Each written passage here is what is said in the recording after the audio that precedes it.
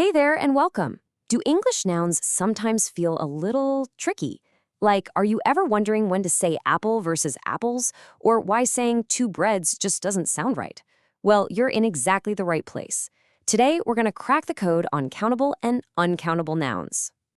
And to make it all stick, we're going to frame our whole lesson around something we all do, getting ready for a party. We've got our friends, everyone's getting hungry, so it is time to write the perfect shopping list. And this is where things get really interesting, right? Have you ever just paused while writing a list thinking, wait, do I need a tomato or some tomatoes? And how do I even ask for cheese? It's a super common problem, but I promise by the end of this, you're going to be a total pro.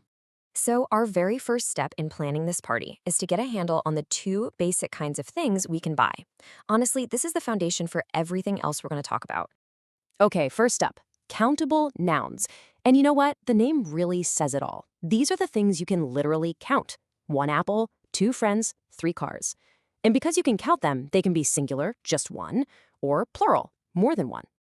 Let's look at a few things from our party list. You can have an apple, or you can have 2 apples. You could eat a burger, or maybe you're really hungry and you want 4 burgers. See that pattern? For most of these, you just pop an S on the end to make it plural. Simple enough, right? But what about all the other stuff? Well, that brings us to uncountable nouns.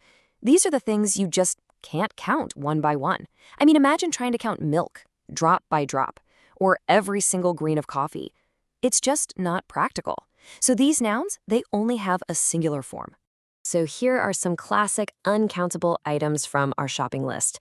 We say we need bread, not we need a bread. We ask for more milk, not more milks. These things are treated as a whole group or concept. Now here's a little pro tip. Sometimes you will hear someone order 2 coffees.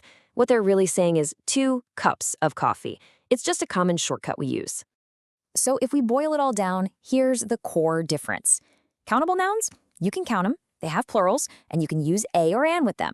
Uncountable nouns, you can't count them, they stay singular, and you never ever use a or an. Getting this one difference down is the key to it all. Okay, so you get the whole countable versus uncountable thing. That's step 1, and you nailed it. Now for step 2, choosing the right words to go with them. Words like a, some, or the. Let's start with a and an. The rule here is actually pretty simple. You only use them with a single, countable noun when you're talking about something in general, not a specific one that you've already pointed out. This example is just perfect. When this person says they'd love a burger, they don't mean one specific burger in front of them. Nope, they just mean any burger would be great right now. It's a general wish. And notice it's an orange. That's just because the word orange starts with a vowel sound. So what about the word some? Oh, some is a fantastic, super flexible word. You can use it when you have more than one countable item, like some carrots. Or you can use it with any uncountable noun when you're not talking about a specific amount. And here we go, a perfect example. Bread is uncountable, right? So we're not talking about a specific number of slices, just an undefined amount of bread. That's where some comes in. It's just like for our party list. We'd say, we need to buy some cheese. And finally, the big one, the. This is what we call the definite article because it points to a definite, specific thing. You use the when both you and the person you're talking to know exactly which item you're referring to. So in this little exchange, they're not talking about just any oranges out there in the world. They're talking about the specific oranges that they're both looking at. Same thing with the carrots. Everyone involved in the conversation knows which ones they mean. All right, you've learned the rules, you've seen the examples, and now it's time to put that new knowledge to the test. Let's see if your grammar shopping cart is ready to check out. Okay, first question for you. You're ordering food at the party. What's the missing word here? I'll give you a moment to think about it. You got it. It's burgers. That number 2 is the big clue here. Since a burger is something you can count, and we've got more than one, we absolutely need the plural form.